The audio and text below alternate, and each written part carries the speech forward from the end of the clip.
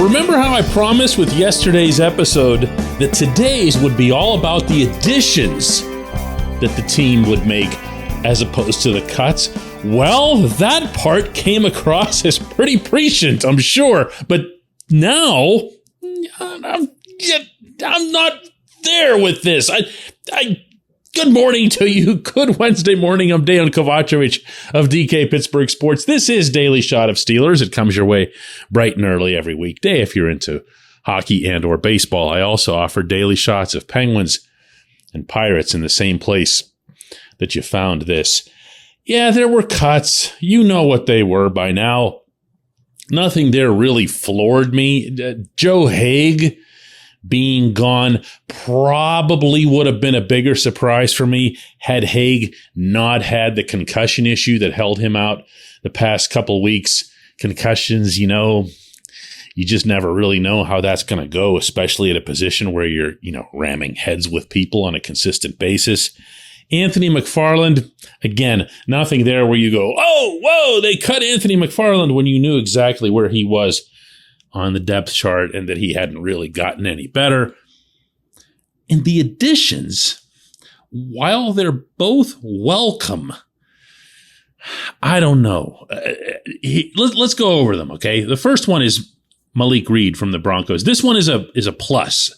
This, as I had mentioned yesterday, was the position of need, backup outside linebacker, because in the Steelers scheme and the way TJ Watt operates, it's not even really a backup job. You're out there a lot. TJ taps out a lot. TJ has to keep himself at a certain rate of performance in order to be effective. What makes TJ who he is the motor. So the motor's got to keep running. And just for the same reason you would freak out every time you saw Anthony Chickillo come on the field, you have to have somebody doing that. That's just the way it works when you have the best defensive player on the planet and want to make sure that he stays that way.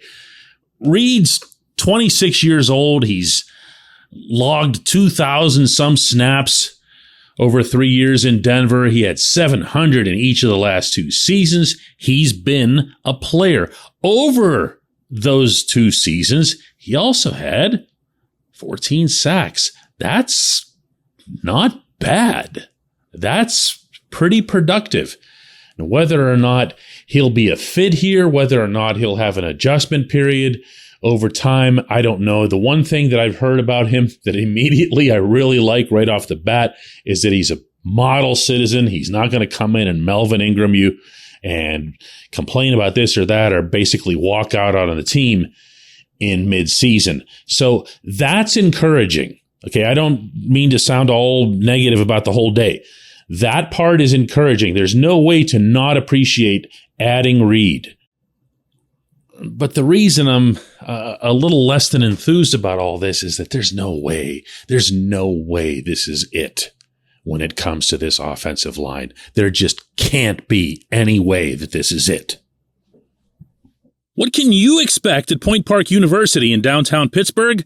Respect, rigor, relevance. That's the Point Park Pledge. You'll be treated with respect while being challenged and supported academically to graduate with career-ready, relevant skills. Visit pointpark.edu to learn more.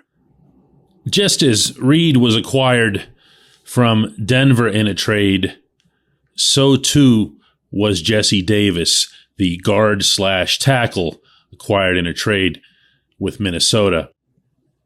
I'm not here to isolate on individual trades. That's fantasy football stuff. That doesn't interest me. The exchanges that the Steelers made with these teams appear to have been fair. Also, if you'll recall from yesterday's show, I did say that any player on the offensive line, regardless of where they stood on the depth chart, should be supplanted by an outside player if that outside player is even marginally better than the one that's in-house. Such is the state of that particular room. So I'm not going to be a hypocrite and say, well, they got this guy and he's really not going to be all that great and there's no way he's going to start, and there probably isn't, barring injury. But if the team saw him as being better than Hague or even just safer than Hague, given Hague's concussion, then it was a worthwhile move. I'm okay with it. But that can't be it. There's no magic wand. The supply of effective offensive linemen in the league was pretty much exposed yesterday. When you saw these cuts come down, you didn't see a whole truckload of, whoa, this guy is there. There weren't any, actually, when it comes to the offensive line. And teams won't be eager either to give up guys in trades. But you can always raise the ante on a trade. You can always push a little bit harder. You can give up a higher pick, something that you'd normally be uncomfortable giving up. If I'd told you 3 years ago, for example, that the Steelers somehow in the first month of the season were going to end up with Minkah Fitzpatrick for a first rounder sent to Miami, you'd be like, oh yeah, that's definitely going to happen. But it did. It did. Why? You keep all the options open. Even if this offensive line were to somehow magically get it all together in practice, like today's the last practice and then the team is off again till next Monday. If they were just to look like the old Washington Hogs and then carry that into the Bengals game and mow down the Cincinnati defensive front, you still have to keep this door wide open.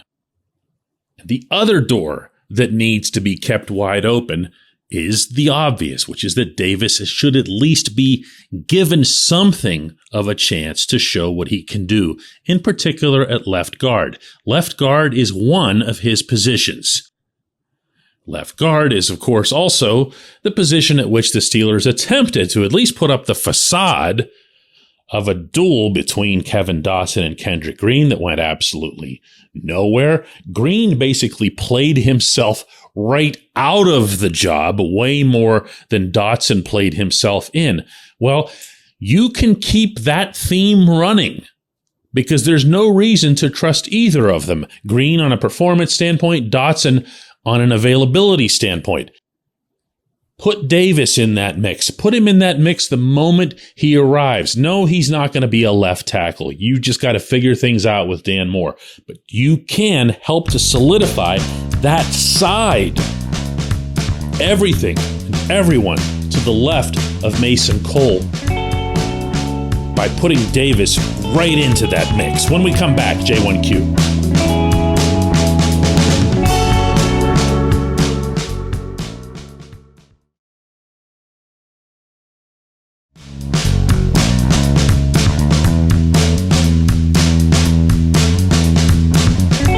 Of Daily Shot of Steelers is brought to you by our friends at Mike's Beer Bar. They're located directly across Federal Street from PNC Park. They are the one, the only, the premier destination in Pittsburgh for craft beer. More than 500 craft beers available, more than 350 of those local, and more than 80 of those on tap.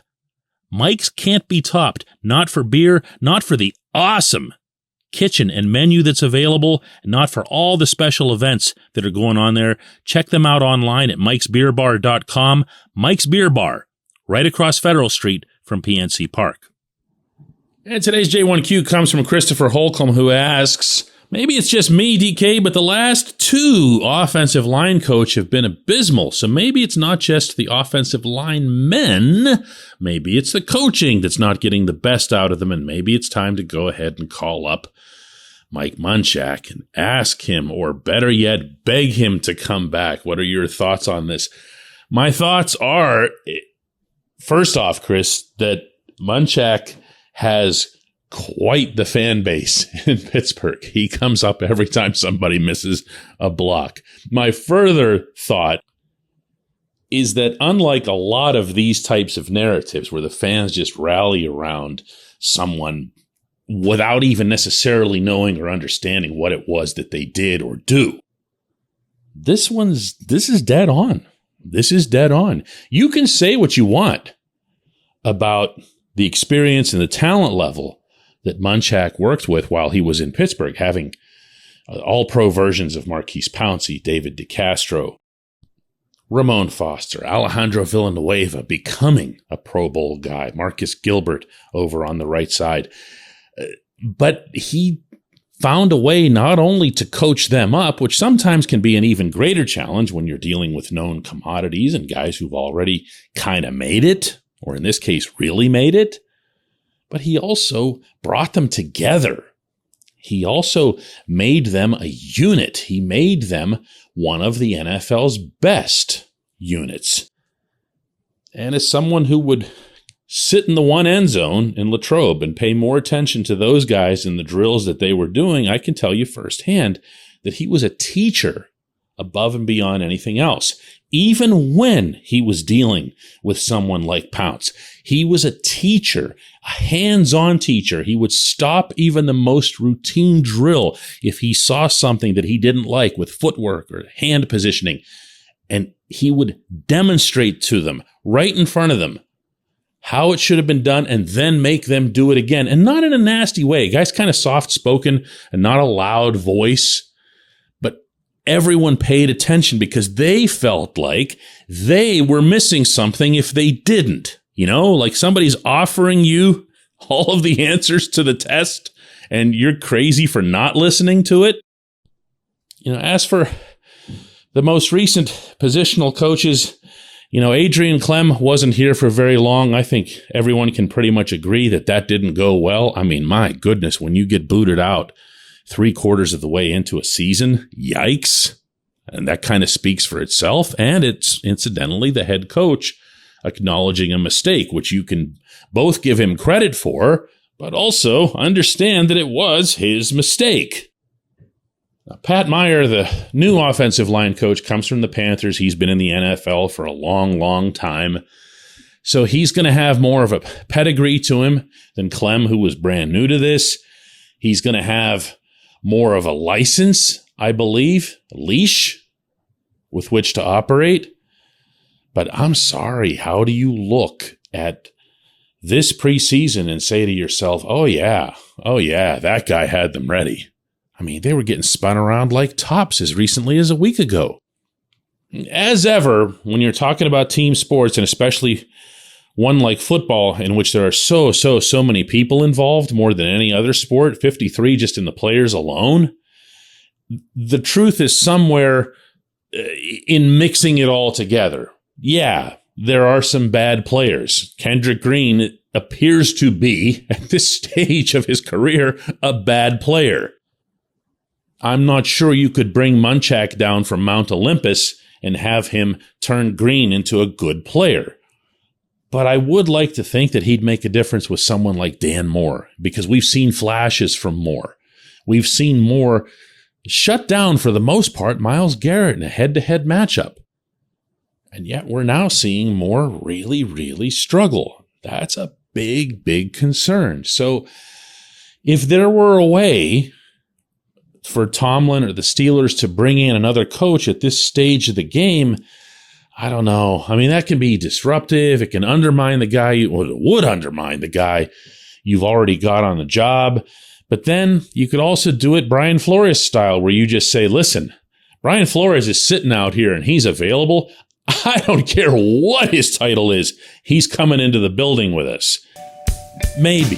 I don't know. You know, you're right, though. There's no stability here. There's no stability here. And that doesn't help either. And some of the players, by the way, will privately attest to that. I appreciate the question. I appreciate everyone listening to Daily Shot of Steelers. We'll do another one of these tomorrow.